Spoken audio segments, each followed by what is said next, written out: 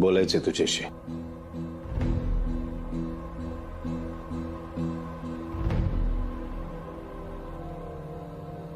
आता कशाला आलात तुम्ही? या लोकांनी तुमच्यावर भुरळ पाडलीये ना. रेणुका, दादा, तुम्ही काय करताना हे तुम्हाला सुद्धा कळत नाहीये. त्या मुक्ताला तुम्ही सून म्हणून स्वीकारलं. दादा, तुम्ही हे केलं आणि वरून सगळ्यांसमोर तुम्ही माझ्यावर ओरडलात. तुमच्या या लेकीवर, जिला तुम्ही जीव की प्राण समजता, तिच्यावर हो, तिच्यावर ओरडलो मी. बाप आहे मी तुझा. तुझे लाड करतो, तुझ्यावर प्रेम करतो, तसंच तुला ओरडण्याचाही अधिकार आहे मला. चिडू नका तिच्यावर. शांतपणे समजवता येईल ना. आणि घरातलं वातावरण चांगलं आहे, नका ना बिघडवते. हो, हे जे चांगलं वातावरण झालंय ना, ते तुझ्यामुळेच झालंय. तुझी या घरासाठीची धडपड, तू काढलेला त्रास, त्यामुळेच हा सुवर्ण दिवस बघायला मिळाला ना तुला. रेणुका, वनवास भोगणारी सूनही तूच आणि या घराचं सोनं करणारी परीसही तू. कसं जमतं ग तुला? रेणुका, तोंड सांभाळून बोल. तुझ्या आईशी बोलतेस तू. या आधी कितीतरी वेळा तुमच्या समोर हिच्याशी मी असंच वागलीये. तेव्हा नाही अडवलं तुम्ही. तेव्हा तुम्ही आनंद घेत होता. आज ती मुक्ता चांगली वाटली तर आता ही पण चांगली वाटायला लागली. दादा, तुम्ही बदलला असाल, पण यांच्या बाबतीत मी कधीच नाही बदलणार. कारण तुमच्या समोर गाय शेळी बनून राहणारी ही बाई मला अशाच धडका देत राहणार आहे. रेणुका, हो, भानावर या दादा. ती मुक्ता तुम्हाला सरळ सरळ वेड्यात काढतीये. गरीब लोकांची हीच सवय असते. पैशासाठी वाटेल त्या थराला जातात आणि प्रयत्न करून सुद्धा हवं ते नाही मिळवता आलं ना, की जीवावर उदार होतात. त्या मुक्ताने सुद्धा तेच केलं आणि तुम्ही तिच्या जाळ्यात अडकला. नखा एवढी आपली बरोबरी करायची लायकी नाही तिची आणि तिला तुम्ही मुकुट मारून मिळवताय. रेणुका, अहो, चिडून काहीच होणार नाहीये.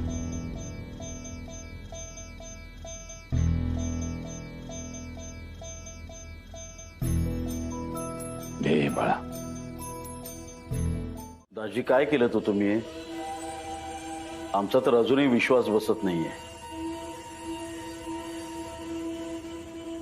विश्वास बसत नसेल तर ठेवू नका, पण त्या तमासगिरणीसारख्या 4 लोकांमध्ये बोलून तरी दाखवू नका. आता कुठे मला माझा दादा बोलला असं वाटलं बाई. मला फक्त पारखत बसू नका. मला समजून घ्या, ओळखायला शिका. रेणुका, सगळ्यांच्या समोर तुझ्याशी मी जे काही वागलो, बोललो, तुला खरंच असं वाटतं की तुझा बाप तुझ्याशी असं वागू शकेल, बोलू शकेल?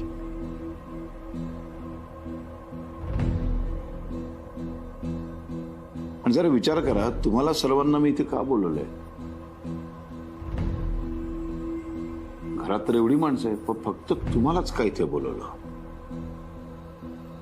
कारण तुम्हाला हे सांगायचंय मला की लग्न होणार नक्की.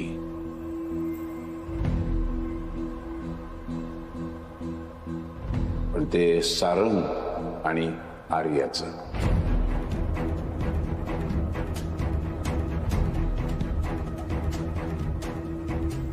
मग हे सगळं नाटक? असं बडबडेल, बैजंती म्हणेल, आम्हाला वाटलं पण दगडाला पाझर फुटलाच नव्हता. काय म्हणायचं ते म्हणू दे, काय समजायचं ते समजू दे, पण शेवटी त्यांना हे स्वीकारावंच लागेल. दुसरा पर्याय नाही त्यांच्याकडे. आणि सारंगला सुद्धा हे स्वीकारावं लागेल की आर्या त्याची बायको आहे. तेव्हा अंबिका, प्लॅन करताना नीट विचार कर. कुठलीही त्याच्यामध्ये कमतरता राहता कामा नये.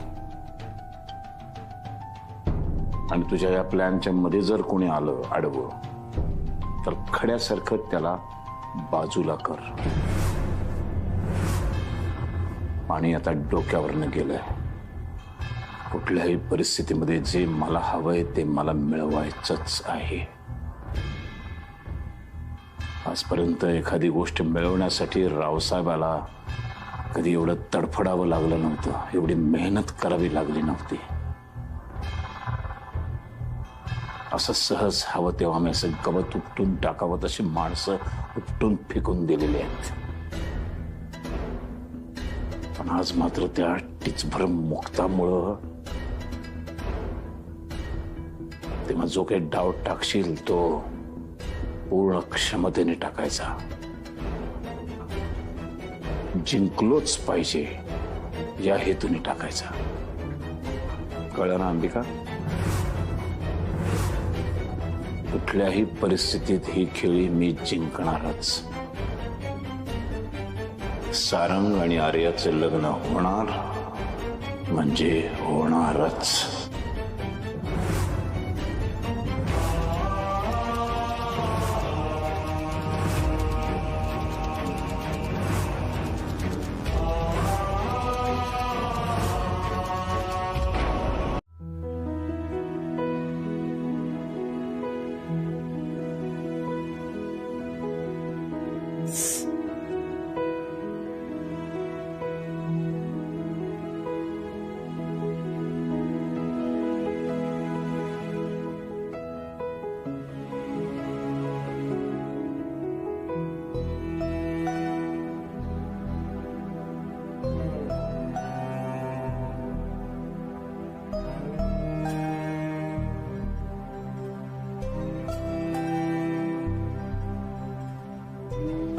मला जावं लागत. दिलेला शब्द पाळावाच लागत, नाही तर मला स्वतःकडे बघायची पण लाज वाटत. मला माहित आहे तुम्हाला लय त्रास होईल. मला जिथं नाही तिथं शोधाल, पण तुम्ही लय जीवापड प्रेम केलं मायावर, पण मीच त्या लायकीची नव्हते. गैरसमज करून घेऊ नका, मनात पण काय ठेवू नका. जमल्यास कधीतरी येऊन चोरून पाहून जाईल तुम्हाला.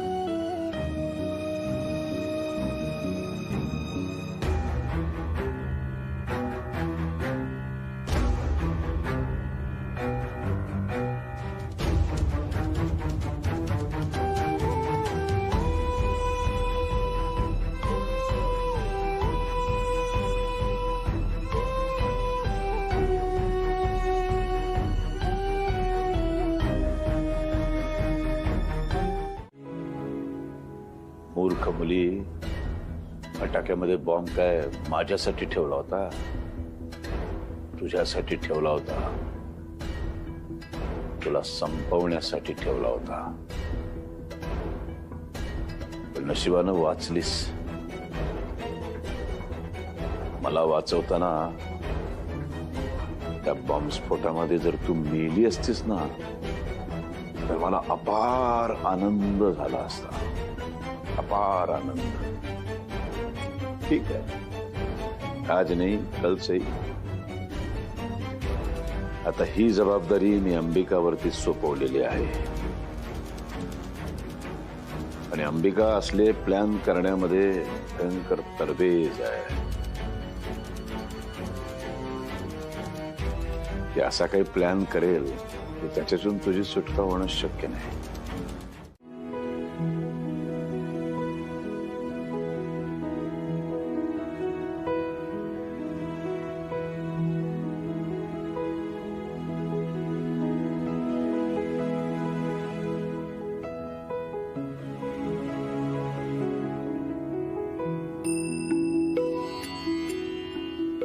अरे यार, काल रात्री आपणच आधी झोपलो. या थोपटून झोपी जावं असं म्हटलं आणि मीच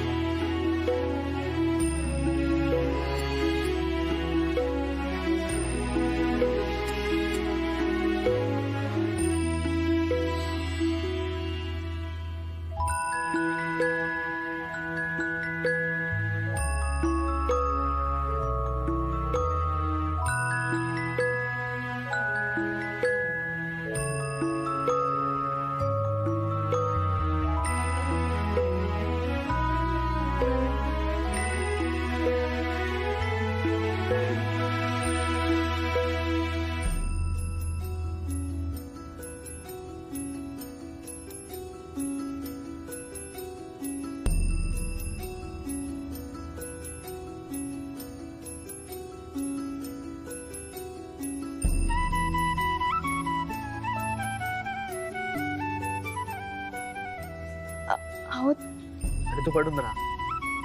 पड तू, पड पड. झोप झाली ना नीट? होय, तुम्हाला झोप लागलेली पाहून मलाही लागली. आता मी पण अनबिलिव्हेबल. म्हणजे मी काल रात्री विचार केला की आधी तुला झोपवेन, पण तुझ्या आधी मीच गुडूप झालो.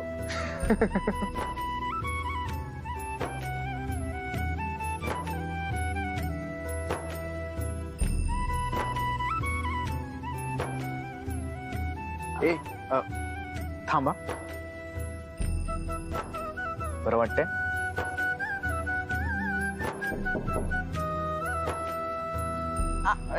मुक्ता मुक्ता, अगं तू पडून राहा मुक्ता. अहो नाही, आपल्याला उठायला लय उशीरच झाला आज. का काही उशीर झाला नाही? तुला आरामाची गरज आहे ना? तू पड. ये. अहो नाही, आधी दरवाजात कोण आहेत ते पहा. ते मी बघतो, पण मुक्ता, त्याआधी तू मला दिलेला शब्द तुला पाळावा लागेल.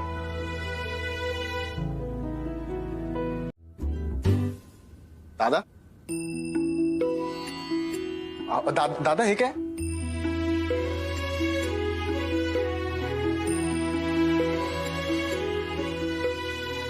द्या, मी घेतो. द्या. नाही नाही नाही, तुमच्या आनंदामध्ये भर घालण्यासाठी छानपैकी नाश्ता, थालीपीठ, चहा घेऊन आलोय. आणि हे मुक्ता, काढा पण आणलाय. हा काढा घे, म्हणजे जखमा बऱ्या व्हायला मदत होईल. अहो पण तुम्ही कशाला आणलं? आम्ही आलो असतो ना.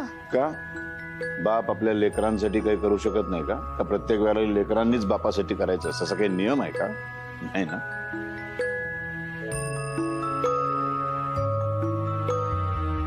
असा सॉलिड प्लॅन केलाय ना मी.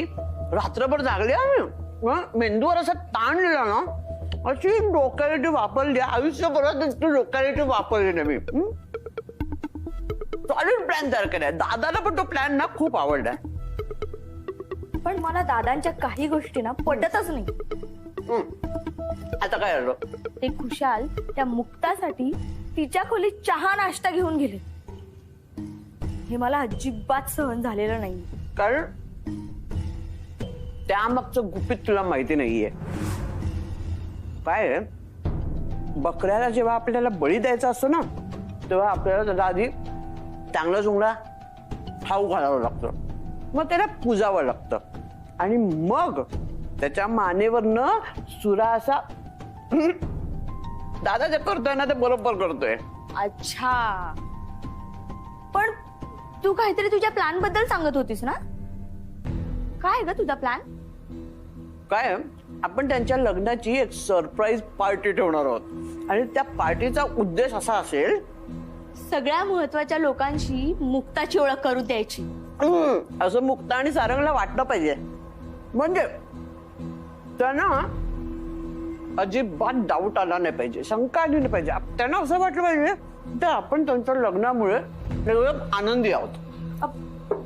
आपण आतापर्यंत जे वागलोय त्यामुळे ते सारंग आणि मुक्ताचा आपल्यावर विश्वासच बसणार नाहीये.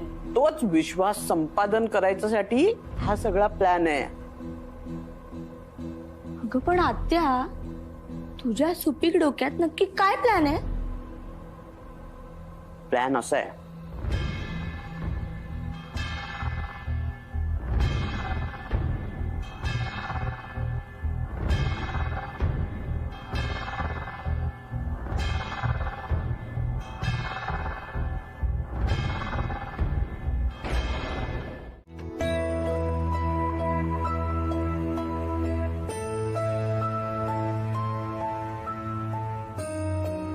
तुम्ही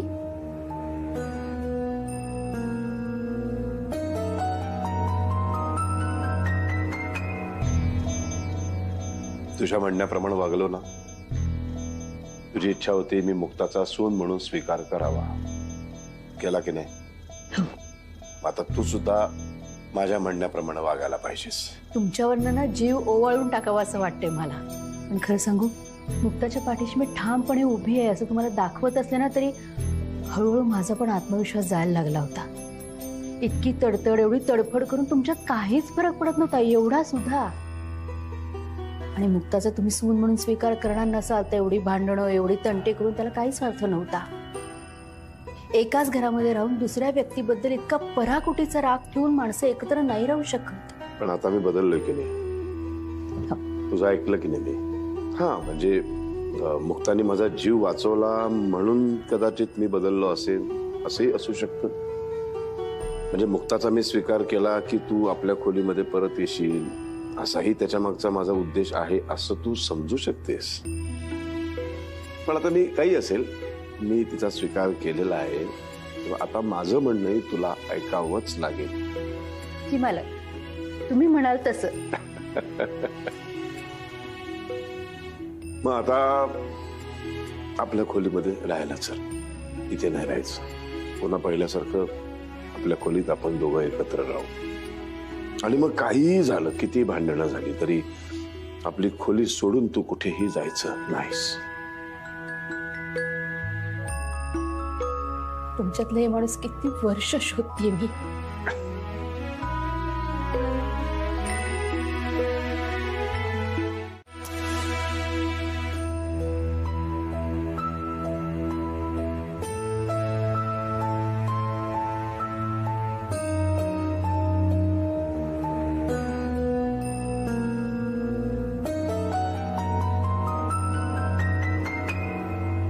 आई त्या का माग दत्ता मामाचा काहीतरी मोठा डाव होता. मला माहित नाही काय, पण तू पाहतीये तुझ्या आशीर्वादामुळे या घरात सगळं चांगलं घडते. पण तुला ना त्या वाईट ताकदीकडे लक्ष ठेवावं लागलं. मला माहित आहे तू लक्ष असणारच आहे. आज ह्या घराचं जे चित्र बदललंय त्याचा जेवढा मला आनंद आहे तेवढाच तुलाही असणार आहे. हा आनंद हा असाच राहावा अशी पहिल्या मनापासून इच्छा आहे. लय संघर्ष केला, पैसाठी आता बास झालं. आम्हाला जेवढं सिद्ध करायचं होतं तेवढं सिद्ध करून झालं. आता कोणतंच आव्हान नको, कोणाचं मन दुखावणंही नको. आता फक्त आणि फक्त प्रेम पसरू दे.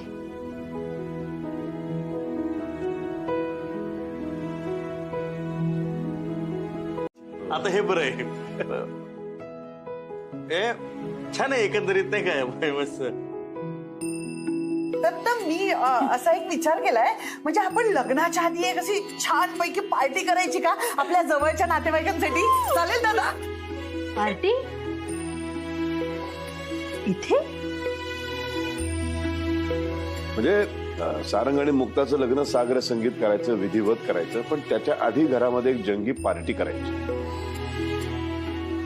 नाही, पण या आधी इथे असं कधी झालेलं नाहीये. अगं वहिनी, आजपर्यंत झालं नाही म्हणजे यापुढेही करायचं नाही असं काही आहे का? अगं जग बदललंय. दादाच बघ ना किती बदललाय, मग आपण नको का बदलायला?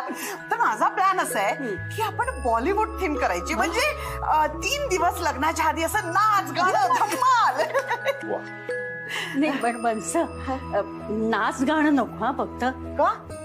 का म्हणजे आता रावदादांना खरं तर नाच गाणं आवडत नाही ना, आणि आपल्यासाठी ते हो म्हणतील आणि मग त्यांना त्रास होईल. अंबिकाने जसं ठरवलंय तसंच व्हायला पाहिजे. अरे तुमच्या सगळ्यांच्या आनंदातच माझाही आनंद आहे. लग्नाआधी नाच गाणी, वा वा वा. आपल्याला तो प्लॅन फार आवडला बुवा. आपल्या घरातल्या सगळ्या नात्यातल्या लोकांना त्यांनी कधीही नाही पाहिलाय असा हा लग्न सोहळा व्हायला पाहिजे. इतका धूमधडाक्यात साजरा करा. म्हणजे जेवणाचा सुद्धा खास मेनू असायला हवा नाही का? नाचता गाता थकलो की मग शेवपुरी, पाणीपुरी आणि गुलाबजाम, रसगुल्ले आणि दुसऱ्यांचा डान्स पाहता पाहता पनीर चिल्ली, हरभरा कबाब. मज्जाच मज्जा. अगं पण माधवी म्हणजे छानच आहे मेनू, त्याबद्दल काही प्रश्नच नाही. पण आपल्याला हे सगळं तेव्हा खायचं असलं तर आत्तापासूनच डाएट करावं लागणार ना, ते पण कडक डाएट. काय हो म्हणजे मी आजपासूनच सुरू करते. म्हणजे आज जरा जेवूया लाईट लाईट. लाईट लाईट जेवण? अगं आत्ताच तर ताटभर खाल्लेस की तू. मी आताबद्दल नाही, आतापासून सुरू करूया असं म्हणते. हा पण मग ते पार्टीचा प्लॅन कधी करायचंय आपण? लगेच म्हणजे मुक्ताला जरा बरं वाटलं ना की आपण लगेच सुरू करूया. हा चल. मी पण गुरुजींना सांगून ठेवलंय की लवकरात लवकरचा मुहूर्त काढा, चांगला दिवस बघा आणि लग्न लावून टाकूया. अरे बापरे, म्हणजे किती कमी दिवस आहेत हातात आपल्या. म्हणजे बघ ना, कपड्याची खरेदी आहे, दागिन्यांची खरेदी आहे, ते केटरवाल्याला सांगायला लागेल, सगळंच अजून बाकी आहे ना. तो सप्तपदी इव्हेंट वाला माझ्या ओळखीचा आहे, मी लगेच त्याच्याशी बोलूनच घेतो. भाऊजी आपण ऍटलीस्ट एक लिस्ट तयार करून ठेवू, म्हणजे आपल्या लक्षात येईल की काय काय करायचं. नाही तेवढं गोंधळ होतो मग आपला. हो हो चला चला करूयात. हो मला सुद्धा मेनूची लिस्ट करायला हवी. वादच नाही, शंकाच नाही. अगं ही लिस्ट तुझ्याशिवाय आणखीन कोण चांगली बनवू शकतं? चला आपण पटकन लिस्ट करून ये माधवी. चला चला चला चला. म्हणजे ना आपल्याला ठरवता येईल. मजा येणार आहे काय काय आता. सांगायचं मला नाही तर का? खूप मजा येते.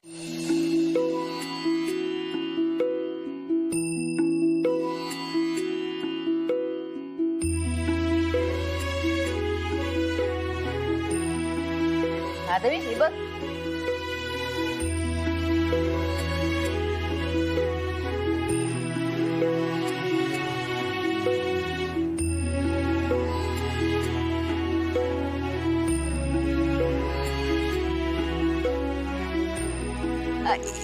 ही छान आहे. ही आवडली का? बरी हा, चला एकदाचे साथ. नाही नाही नाही नाही, अजिबात नाही. का आवडलं पण तिला? अहो नाही काय, छान आहे. ते छान असू दे, पण इथं ते ही झालीये काय म्हणतात त्याला, ती चिटिंग झालीये. चिटिंग? कसली चिटिंग? हो ही चॉईस मुक्ताची नसून सारंगची आहे. मी पाहिले. सांगू का? अहो काका काही काय बोलताय. ती तिथे बसली आहे, मी इथे बसलोय ना. कसली चिटिंग ना? हो ना, सांगतो ना. हे बघा वहिनी, तुम्ही त्या मुक्ताच्या अंगावर अशी साडी ठेवली ना की मुक्ता आहे ना अशी बघायची. मग हा इकडून काय करायचा?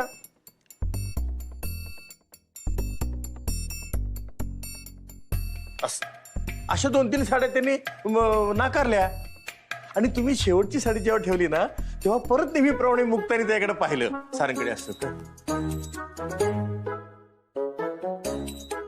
तेव्हा सारंगने काय केलं?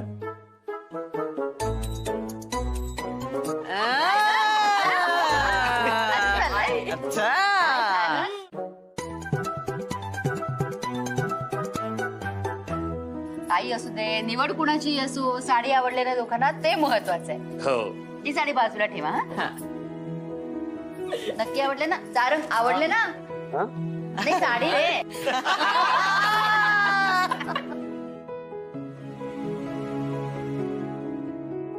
अशी सेम साडी आर्यासाठी घ्यावी लागेल, अगदी अशीच, सेम टू सेम.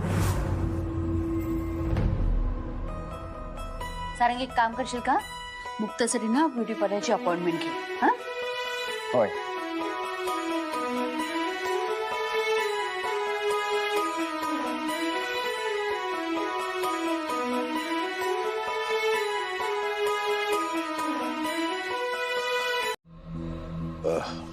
मी तुमच्या गप्पांच्या मध्ये मी व्यत्यय नाही ना आणला. अगं बाई नाही नाही अजिबात नाही. या ना. बरं आई, जरा तुझ्याशी मला बोलायचंय. दादा तुम्ही बोलत बसा. आम्हाला किती काम आहे. हो ना, आम्ही येतो. येतो. बरं आई, आज मुक्ताच्या दागिन्यांची खरेदी करायची आहे, तर तू जर सोबत गेलीस तर फार बरं होईल. म्हणजे तुझ्याही पसंतीने दागिने निवडता येतील. म्हणजे कसे दागिने हवेत, काय हिरे माणकं काय असतं ते मला काही कळत नाही. तू गेलीस तर फार बरं होईल. अरे मुक्ताला कधीच दागिन्याची हाव नव्हती, आज बी नाही. तिला फक्त माणसं पाहिजे, तिच्याशी खरं बोलणारे, तिला जीव लावणारे. अरे एवढंच प्रेम दिलं ना तर ती तुमच्यावरून जीव ओवाळून टाकल. रावसाहेब, मुक्ताला काय द्यायचं असेल ना तर तिला संसाराची हमी द्या, तिला सुखाची खात्री द्या. पण जे आर्या इथं घरात असेल तर ते शक्य नाही होणार. रावसाहेब, तू मला खरं सांग, तू मुक्ताला सून म्हणून मानलंस ना, मग ती बळबळ सून होऊ पाहणारी आर्या इथं काय करतीये? एक एक गोष्ट 4 वेळा सांगायची सवय नाही मला. नोकर आहे का मी तुझा? बाहेर ये. हे काय बघायचंय? चल, तुझ्या डोळ्यांनीच तुला दाखवतो. तुला नको तेवढा त्रास दिला आणि तुलाच वाईट वाटते. आणि तुझी तब्येत बरी नसताना सुद्धा तू मला दारापर्यंत निरोप द्यायला आलीस. एवढे दिवस मला सून करून घेण्यासाठी तडफड करणारे एकही दारापर्यंत सुद्धा आले नाहीत ग. मुक्ता, जेव्हा तुला सगळ्यांनी नाकारलं ना, तेव्हा तुला काय वाटत असेल ना, हे आता मला स्वतःवर आल्यावर कळतंय ग. तुम्ही जास्त विचार नका करू. कुणाच्या स्वभावाबद्दल पण नाही ना बोलू शकत. आता पण वरून आपल्याला वाटणाऱ्या माणसांच्या मनात आपल्याविषयी नक्की काय आहे हे कोणीच नाही सांगू शकत.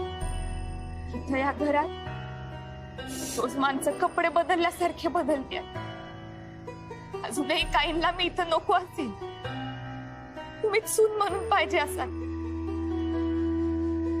पण लय विचार केला ना तर आपलंच डोकं बंद होईल. म्हणून आपलीच माणसं आहे असं म्हणायचं आणि पुढे जायचं. खरंय तुझं. येते मी. काळजी घे.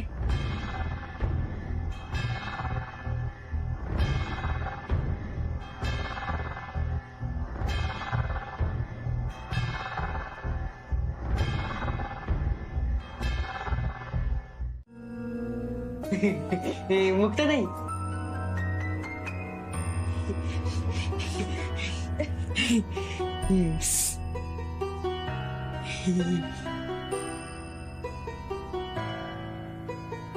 तुम्हाला जाऊनच देऊ नये असं वाटत आहे. अगं पण जायला पाहिजेलच ना. पोरीच्या सासरे किती दिवस राहणार. आणि आता तर सगळं चांगलं चाललंय. तू ह्या सुखाची कवाड उघडताना आम्ही उघड्या डोळ्यानं पाहिलीत ग. आणि सगळ्यात महत्वाची गोष्ट म्हणजे लग्नाची सगळी तयारी करायची अजून. आणि मला पण माहिती झालंय. काय माहितीये रे तुला? मुक्तताईचं खरखर लग्न होणार आहे आणि मी लई नाचणार आहे. मुलीकडचे नाचत नसतात. मुलाची वरात येते ना त्यात मुलाकडचे नाचत असतात. हा होय. मम्मी नाचोस तर मुला कुठूनच होईल ना.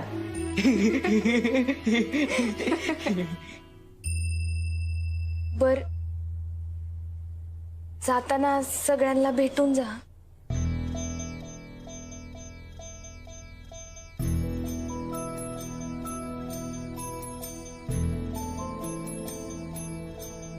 भेटायचं.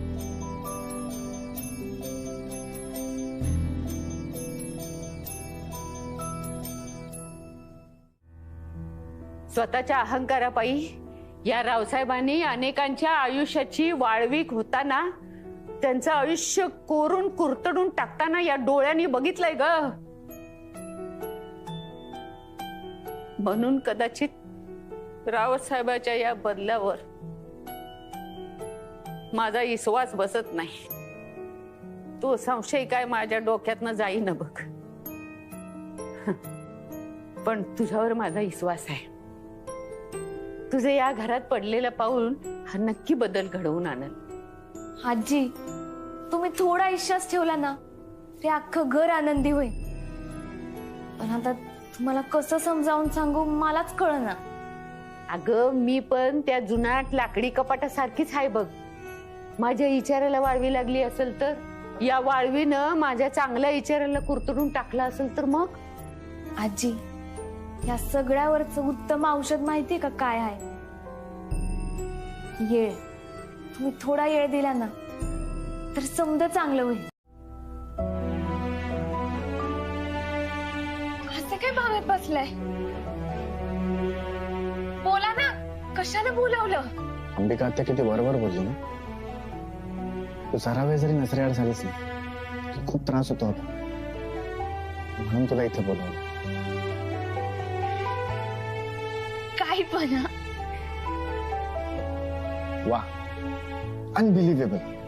तुला असताना किती सुंदर दिसते सांगू.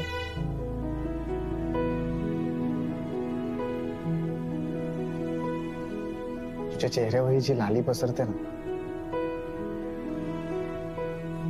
तुझ्याकडे पाहत राहावंसं वाटतं, नजर हटूच नाही असं वाटतं.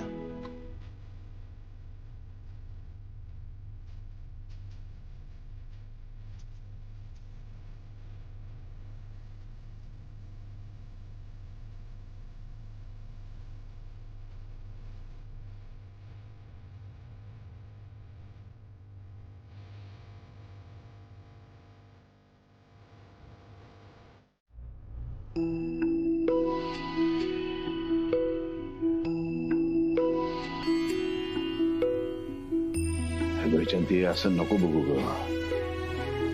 तू असं बघायला लागलीस की मला वाटतं तुझा अजूनही माझ्यावर विश्वास नाही. तू अविश्वास दिसतो तुझ्या नजरेमध्ये. अरे अहो, कौतुकाने बघते मी, तरी अविश्वास वाटतोय तुम्हाला? हा, मला खरंच खूप कौतुक वाटतंय तुमचं. त्याच्या आधी इतका वाईट होतो काय ग मी? नाही, चांगलेच होतात तुम्ही, पण फार कठोरपणे वागायचात कधी ते. हसणं किती महाग होतं तुमचं माहितीये का तुम्हाला? ते बरोबर आहे, पण कठोरपणामध्ये सूड दिली आणि घरातल्या सगळ्या बाकीच्या मंडळींना पंख फुटले आणि जर ते उडायला लागले तर मग त्यांना जाब कोण विचारणार? तर मला असं वाटतं की हे शिस्त, हे नियम यापुढे असेच चालू ठेवले पाहिजे. मग कळतं ना तुला मला काय म्हणायचं ते? हो, कळते मला. तुमचा कठोरपणा आम्ही सगळ्यांनी अनुभवलाय, पण हे आत्ताचं जे प्रेम आहे, मुलांना जवळ घेऊन डोक्यांना हात फिरवणं आहे, ते असंच असू द्या, त्यांना पण अनुभव द्या. हे आता तुमचा बदललेला स्वभाव आहे ना, त्यामुळे सगळेजण किती मान देत आहेत तुम्हाला, याची कल्पनाही नाहीये तुम्हाला.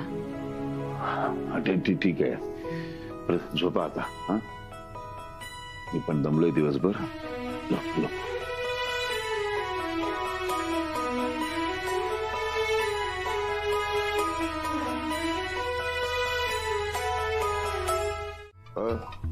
ऐकून घे, मी काही बोललो का तुला?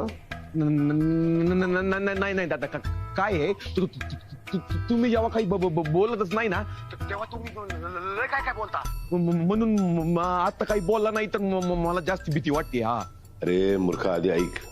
मी एक चांगली बातमी सांगण्यासाठी तुला फोन केलाय.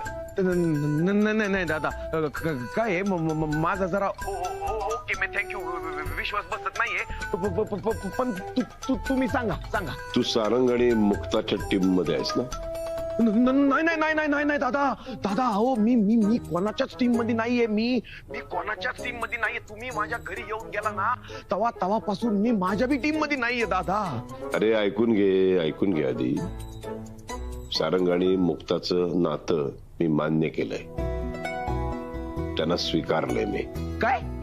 आता लोकांच्या समोर, समाजाच्या समोर धूमधडाक्यात मला त्यांचं लग्न लावून द्यायचं. तू त्यांच्या जवळचा आहेस, त्यामुळे लग्नामध्ये त्यांच्या जवळचा एकमेव माणूस असायला हवा, बरोबर? त्यामुळे तुला यायचंय. दादा, आता उडत येतो. गुड.